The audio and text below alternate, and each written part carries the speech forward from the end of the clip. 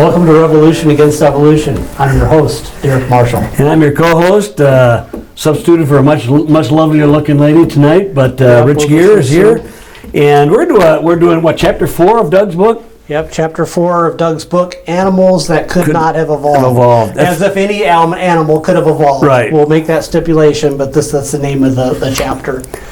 And a fundamental concept of the theory of evolution is this gradual change from less complex organisms to more complex organisms over this fake or imagined period of millions and more billions of years. Right. And how valid is this idea? We're going to examine that a little bit. That's a good thing to talk about, because this is obviously Doug's one of his favorite topics over the years, and he loves to dwell on the animals. It makes no sense how they could have gotten to the present form by slow, gradual changes. And let's qualify that, because we do this a lot, and those who watch the show understand, but sometimes it's good to revisit what really we're talking about when we say evolution. Okay, we're not talking about small variations within the genome where you got from a couple of dogs, you've got all kinds of dogs, different varieties and species. We're not talking about that. We're talking when you go from basically non-living to living, and even some evolutionists will say that's not really evolution, but that's because they're hedging their bet, because you have to have that for evolution to even begin. But it's the idea that from small gradual changes, although there is punctuated equilibrium, I don't want to get off on that tangent at this point in time, but small changes over long periods of time will make major changes in organisms. You go from simple protozoan all the way to mammals. You go, and then in between you got fish, amphibians, reptiles, birds, mammals, finally man. So that's the whole, and you need a lot of time. Why do you think we need a lot of time? Well, it takes a lot of time for all these animals to die.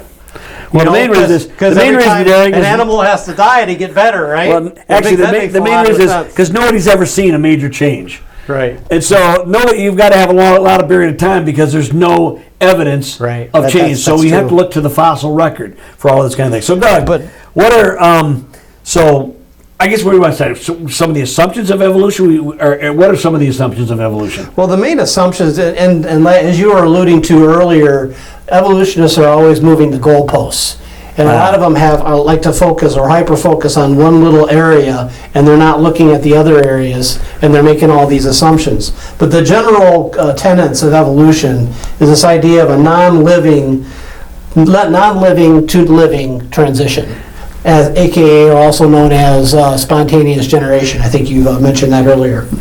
And also this spontaneous generation only happened once. Because if it happened more than once, we could say, well, that's a creator, like all these spontaneous generations all over the place. Well, but they could actually say, well, see, it's happened here, it's happened here, it's happened here. But the idea is that one time actually gives more credence to the creationary model, because it basically tells you, the biblical text tells you, in the beginning God created. He said, let there be life, and he did it, and then he rested on after the end of the seventh day. So that's a biblical text. But the big problem with evolution is without spontaneous generation, which, by the way, to me, that's a major flaw in the evolutionary scenario. Why? Because it disavows one of the basic premises of science, which is life always comes from life. So spontaneous generation is a disavowal of one of the basic premises. It is a law. Spontaneous generation is not a theory, it's a law.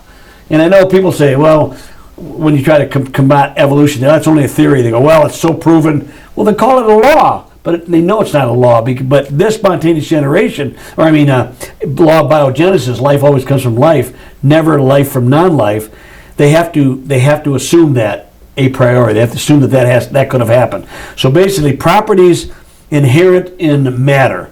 That is a rock. I'm being simplified here, a little glib. But from a stone or a rock, suddenly we have a protozoa. You know, right? Okay, we have something that's alive, a self-replicating cell. Viruses, bacteria, plants. All these are in a continuum.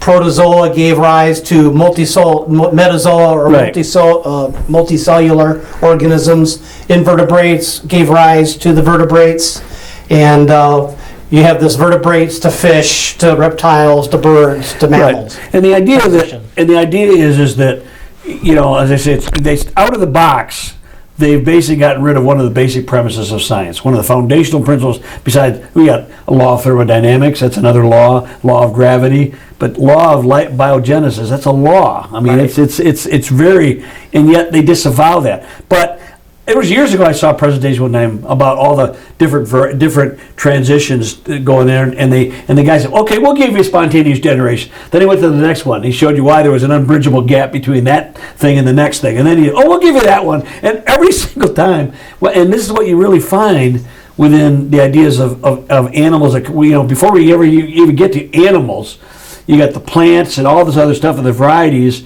that come into existence. And what you really have is we have all this variety. Evolution demands that everything came from nothing in one sense, but it came from non-living to living, and all the transitions have happened by unguided random processes.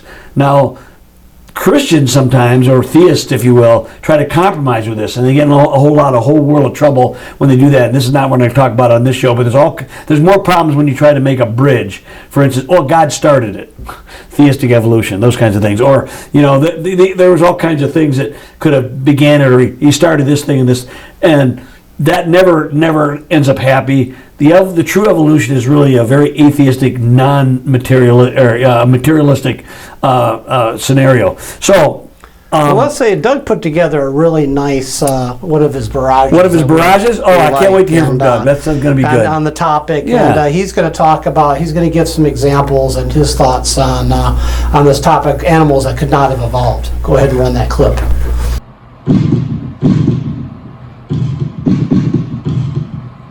When God created all the creatures on this planet, it is no surprise that he used similar designs throughout his creation.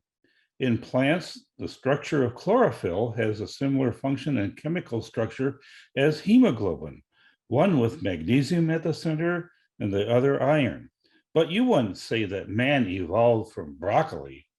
Evolutionists mistake common design for common ancestry, but they do not consider interdependence of features. The theory of evolution breaks down at this point. Finding similar features in organisms doesn't mean that they have a common ancestor. Instead, it points to a common designer. The duck-billed platypus exhibits features found in a diverse range of animals. It has fur like a mammal. It lays eggs like a bird. It suckles its young like a mammal. It has a bill like a duck. The bill has a heat-sensitive worm-finding radar. Its tail is flat like a beaver's, but is furry. It has webbed feet in front, claws in the back. Its reproductive system is unique, but mostly mammalian in nature. And the only other egg-laying mammal, the echidna, or spiny anteater, is totally different. Nothing in the fossil record gives us a clue as to the origin of the platypus. The most logical explanation is that God created this creature uniquely suited for its environment. Doug gave some really good examples there, and we've got a few more examples here for you. These are some examples of animals that we say could not have evolved, as if any animal could have evolved. For example, you got dolphins and whales. Right. Now, that kind of breaks the norm of these dolphins and whales. Apparently, as mammals, they were on dry land, and then they According to decided to go evolutionary back. theories, Yeah, yes, they yes. go back to the water, right? In order for that to happen, a whole bunch of stuff has to take place before that could be even viable. Well, this is what we get into it with pretty much all the stages of evolutionary change. There's major changes in functions and what organs are used for. Evolutionists have many times proposed scenarios where the organ was used for something else, or this part was used for here, and then it kind of recombined. But there's no evidence for any of this. It's a just so story. Yeah, there's no evidence for any of these. But you got to have. Doug puts it very well. The nose, or I mean, the breathing hole has to go The breathing apparatus has to move all the way to the back of the head. And first of all, you got to get that done. Yeah, all of the and there's fins and flippers and every transition of every animal comes into these things, and we run into what's called.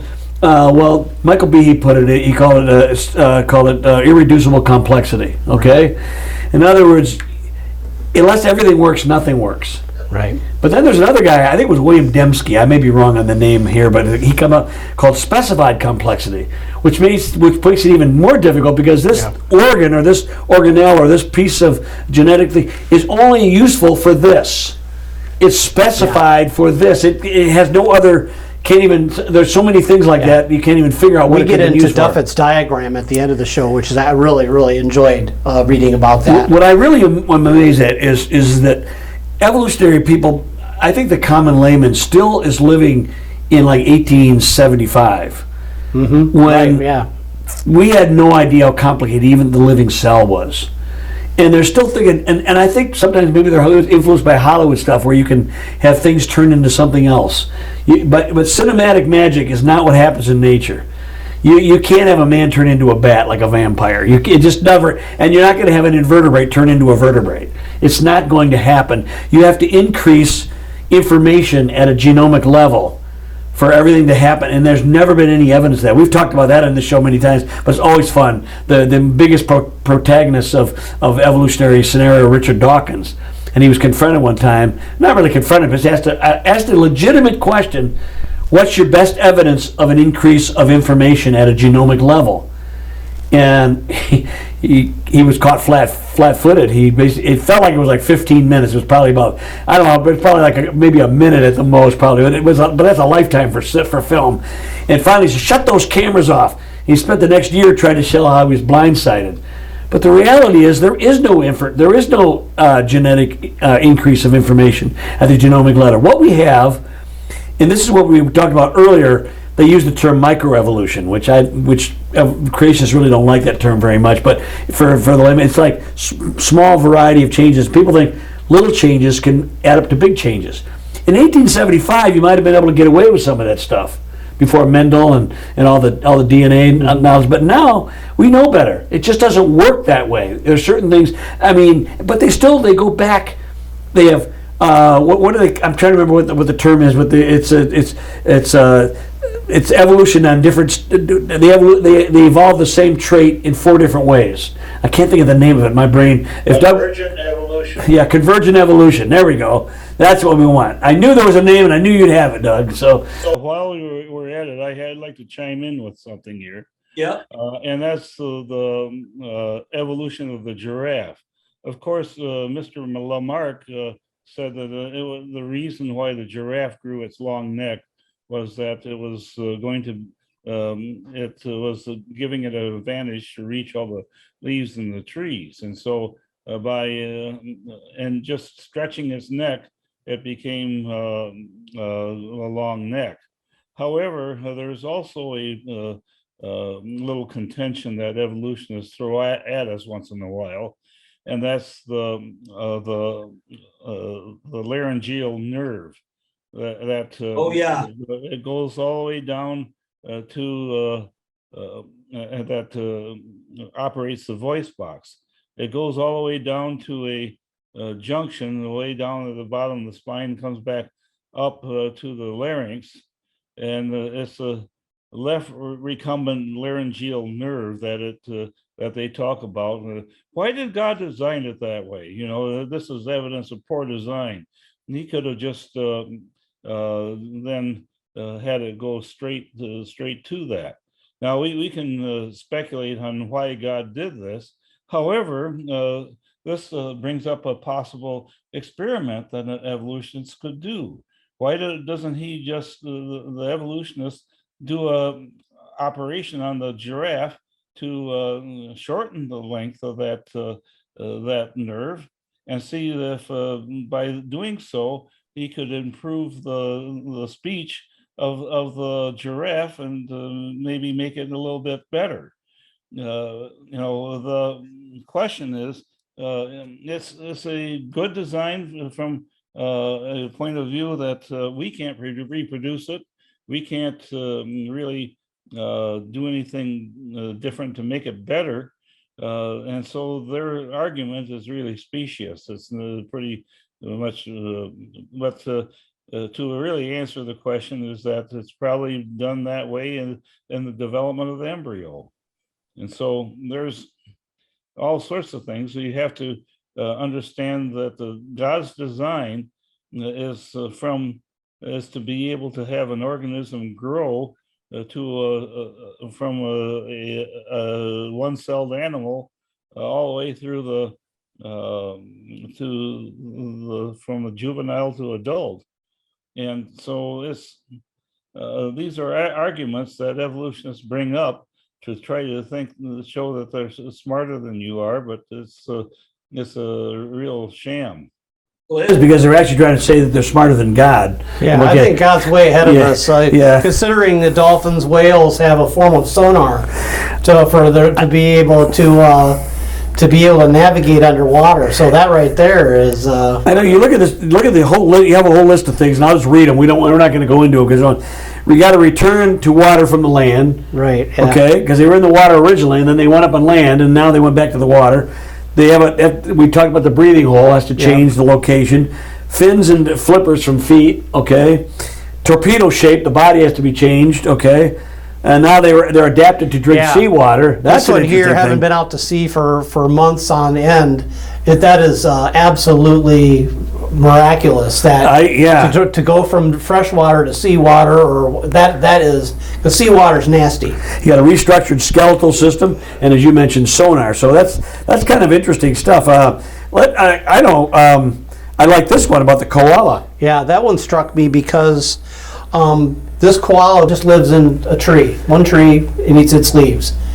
And something I didn't realize, that it doesn't come down to drink water. It gets all of its, What quality of life does he have with that?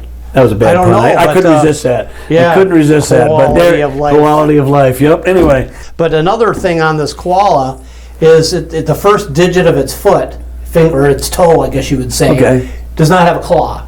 But its second toe has 2 claws. That to me, that drives me nuts right there.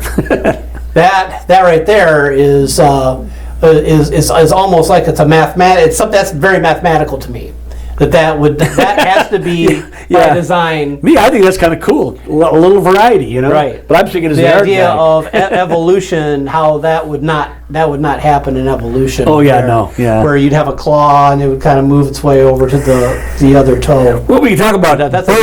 We talk about birds. I want to talk about birds a little bit because birds fascinate me, because this is the big thing today. You see this in all your paleontology, your things are trying to prove that dinosaurs, for instance, had feathers. And I really don't care if they did or not. I have no problem with the idea they could have had appendages. I don't think they had feathers. I think they might have had actually appendages or weird things on them. Chinese dragons, I think, were drawn from people who actually saw, and they're very loud. They could have embellished. I don't know, but that there were feathers. To take a feather from a scale implies so much genetic manipulation, so much genetic information change, that it's just like, it's inconceivable how it could even happen with random, even if it had 45 billion years to make this happen. The aspect of birds that I like is more of the simplistic one, that you had that first bird that couldn't fly, that was trying to fly in evolution, a reptile-ish, birdish. He jumps off a tree and he jumps off. And that how many of those being little Well, what about the ones that are half feathers and half scales, and they try to outrun a T-Rex or something, or trying to get, they're going to be caught. But the thing about it is that when you look at the birds, they have a wishbone. They everything about them is designed for flight. Okay, including the integrated feathers. You know, the quills and stuff with all the what do they call that? What is that they call that? The way the feathers, the stuff that sticks out from it. You know. Barbicels and little hooks on the feathers to keep it. It's sort of like a Velcro in the way that it works. Yes, it is. What's interesting, Doug, again, the common layman doesn't really understand, but what gets me is the evolution is conning people, and they're going back to like almost 1875 arguments. Huxley proposed that birds evolved from dinosaurs way back in, 1870s, you know? I mean, because they have claws and they look kind of like, they look sort of the same. And this is a gross morphological changes, which we know doesn't happen. That's why they've gone to neo-Darwinian thing, where they don't have, you know, big changes like that. They have, it's all small microscopic, you know, genomic level changes. But that wouldn't really work because, like I say, you got a half bird, half dinosaur. It's not going to fly. It's going to get eaten. Okay, and it's just not going to. It's not going to be functional at all. It's like the old adage about how much wood could a woodpecker peck if a woodpecker couldn't peck wood. He'd bash his brains out. You know, that whole beak to be hardened, Right. the skull, and all that adaptation involved in that. Birds have a lot of specializations. a lot of specialty things, and so And, you know. here's another example here that I really liked. Is this anglerfish? Oh, let's go to. Yeah, we skipped from. Well, we're going kind of go down. We're going from. We're actually the animals- well past our time of animals, but that's Okay. okay. We're doing animals. This anglerfish has an appendage, and the male anglerfish has an appendage that must join with the female anglerfish to be fed. So without, yeah. So without the female, it doesn't work at all. And it's just, these are really deep water fish that have, he has this appendage that comes out of his head, or like. Well, the one I like, and Doug likes, is the anableps. Is that the one, Doug, with the double lensed eye? He could see it. He could focus underwater and above water at the same time. You know. You can see the up above the water and below the water, and it dwells on the surface, and so he just wiggles around just like a just has a lot of fun on the surface, but he sees the predators from below and the predators from above. Yeah. And so he can dive or swim away when he sees them. Now, evolutionists have a lot of trouble with organisms that don't really show in the fossil record these transitional forms. One example of that type of animal is a frog. Any frog that you see is it's been a frog. It's always been a frog. Any frog, all from the past frogs and from time in memoriam, it's always been a They've been frog. frogging around forever. And Yep. these frogs have a very special mix of adaptations, whereas there's no evolutionists like to think of features and traits of animals as like plug and play. You can poke at it or you can take it away. A lot of things about the frog, like for example, it doesn't have the ability to swallow its food, so that it's got to eat, but it's adapted its eye that it can bring its eyeballs in to help push its food down. That type of thing. Wow. That's one example of two traits of a frog that working together. They're not by themselves. Teeth, which are the teeth on the roof of his mouth. Wow. Oh man. Wow. Okay, so I think that's all we have for today. We could go on this for another we could show. keep This going. is We pretty have a good lot stuff. more, I want to stay tuned. I have a Chemistry of God series. I take you back to the first day of creation with the creation function. So enjoyed having you with us today, and please join us next time on Revolution Against Evolution. Bye now.